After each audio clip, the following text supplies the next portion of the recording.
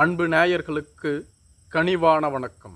ராயபுரம் தொகுதியில் ஜெயக்குமார் வெற்றி பெறுவாரா? ராயபுரம் தொகுதி தமிழகத்தின் முதல் தொகுதியாக ஒரு காலத்தில் இருந்தது. பின்பு கும்மிடிப்பூண்டி தொகுதி தமிழகத்தின் முதல் தொகுதியாக மாற்றப்பட்டு விட்டது. வட சென்னை பகுதியினுடைய முக்கிய தொகுதிகளில் ஒன்றாக ராயபுரம் தொகுதி அறியப்பட்டு வருகிறது. ராயபுரம் தொகுதியில் உள்ள மொத்த வாக்காளர்கள் ஆண் வாக்காளர்கள் 75,870, பெண் வாக்காளர்கள் 81,004, மூன்றாம் பாலின வாக்காளர்கள் 57, மொத்த வாக்காளர்கள் 1,56,931. ராயபுரம் தொகுதி வட சென்னை பகுதியில் இருப்பதனால் இங்கு பட்டியலின மக்கள் செறிந்து வாழ்ந்து வருகிறார்கள். இவர்கள்தான் வெற்றியை தீர்மானிக்கக்கூடிய சக்திகளாக இருந்து வருகிறார்கள். இவர்களைத் தொடர்ந்து வன்னியர்கள், முதலியார்கள், மீனவர்கள் கணிசமாக வசித்து வருகிறார்கள். குறிப்பாக இங்கு சிறுபான்மையினர்கள் அதிக அளவு வசித்து வருகிறார்கள்.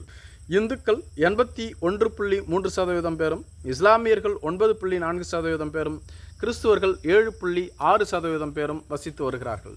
சிறுபான்மையினர்கள் மட்டும் ஏறக்குறைய 17% பேர் வசித்து வருகிறார்கள். கடந்த 2021ஆம் ஆண்டு நடைபெற்ற சட்டமன்ற தேர்தலின் பொழுது ஜெயக்குமார் தோல்வி அடைந்தபோது இங்கு சிறுபான்மையினர்கள் 50,000க்கும் அதிகமாக வசித்து வருகிறார்கள். நாங்கள் பாஜகவோடு கூட்டணி அமைத்ததால் தான் நான் தோல்வி அடைந்து விட்டேன். இதுவரையிலும் இங்கு 5 முறை போட்டியிட்டு வெற்றி பெற்றுள்ளேன்.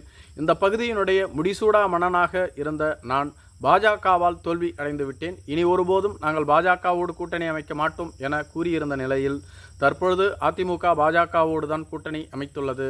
எனவே ஜெயக்குமார் வெற்றி பெறுவாரா என்ற ஒரு மிகப்பெரிய கேள்விக்குறி எழுந்துள்ளது. மேலும் இதுவரையிலும் இந்த தொகுதியில் நடைபெற்ற தேர்தல்களில் அதிகபட்சமாக திமுக இங்கு 6 முறையும் அதிமுக 5 முறையும் வெற்றி பெற்றுள்ளது. இந்த 5 முறையும் இங்கு போட்டியிட்டு வெற்றி பெற்றது ஜெயக்குமார் மட்டுமே. எனவே அதிமுகவினுடைய சென்னையின் முக்கிய தலைவர்களில் ஒருவராக ஜெயக்குமார் வலம் வந்து கொண்டிருக்கிறார். மேலும் கடந்த தேர்தலில் ஜெயக்குமாரை எதிர்த்து போட்டியிட்டவர் ஐட்ரீம்ஸ் மூர்த்தி அவர்கள். இவர் 64,424 வாக்குகளை பெற்றிருந்தார் உதயசூரியன் சின்னத்தில். ஜெயக்குமார் அவர்கள் இரட்டை இலை சின்னத்தில் 36,645 வாக்குகளை மட்டுமே பெற்றிருந்தார். சுமார் 27,719 வாக்குகள் வித்தியாசத்தில் திமுக வேட்பாளர் இங்கு மிகப்பெரிய வெற்றியை குவித்திருந்தார். தற்பொழுது இந்த தொகுதியில் போட்டியிடக்கூடிய வேட்பாளர்கள் திமுகவின் சார்பில் சுபேர் கான் அவர்கள் வேட்பாளராக அறிவிக்கப்பட்டிருக்கிறார். அதிமுகவின் சார்பில் ஜெயக்குமார் அவர்களும், நாம் தமிழர் கட்சியின் சார்பில் பாபு மயிலன் அவர்களும், டிவிகேவின் சார்பில் விஜய் தாமு அவர்களும் வேட்பாளராக அறிவிக்கப்பட்டிருக்கிறார்கள்.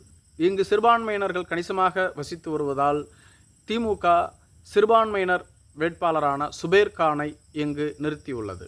அதே சமயத்தில் அதிமுக, தவேக மற்றும் நாம் தமிழர் கட்சி பெரும்பான்மை மக்களினுடைய வேட்பாளரை நிறுத்தியுள்ளார்கள். மேலும் இங்கு சிறுபான்மையினர்களினுடைய வாக்கு அப்படியே திமுகவுக்கு செல்லும் என்ற நம்பிக்கையில்தான் திமுக இங்கு சிறுபான்மையினர்களை நிறுத்தியுள்ளது. கடந்த காலங்களில் திமுக சிறுபான்மையினர்களினுடைய வாக்கு வங்கியை அப்படியே அறுவடை செய்ததனால்தான் தொடர்ந்து வெற்றிகளையும் குவித்து வருகிறது. இந்த முறை அது நீடிக்குமா என்பது கேள்விக்குறி. அதே சமயத்தில் திமுகவிற்கு 30% 36% பேரும், அதிமுகவிற்கு 30% 36% பேரும், நாம் தமிழர் கட்சிக்கு 2% 8% பேரும், தவேகாவிற்கு 25% 31% பேரும் ஆதரவு அளிக்கிறார்கள். இந்த தொகுதியில் ஒரு கடுமையான இழுபறி நிலவுகிறது. வடசென்னை பகுதி என்பதனால் இங்கு பட்டியலின மக்கள் கணிசமாக வசித்து வருகிறார்கள். சிறுபான்மையினர்கள் கணிசமாக வசித்து வருகிறார்கள். இவர்கள் அனைவரும் திமுகவிற்கு ஆதரவு அளிக்கலாம். அதே சமயத்தில் விஜயின் வேட்பாளர் இங்கு கணிசமான வாக்குகளை பிரிக்கிறார்.